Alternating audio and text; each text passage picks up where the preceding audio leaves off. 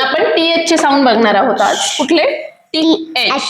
पण TH मध्ये पण दोन साऊंड करतो आपण, द आणि थ. ओके, द थ. मग त्याचे वर्ड्स तुला शिकवते मी आज. ओके, व्यवस्थित लक्ष देऊन बघायचं. याची आपण प्रॅक्टिस केली की हे वर्ड आपल्याला कळून जातात, कुठे आपण द यूज करणार आहोत आणि कुठे थ. ठीक आहे. द, TH आणि TH. द कधीतरी थ पण होतोय आणि हा इकडे थ. द, ध, थ. शक्यतो आपण द चा TH द चे वर्ड्स बघूया. द जास्त म्हटले जाणार. The, this, that, these, those, they. आणि काही थ.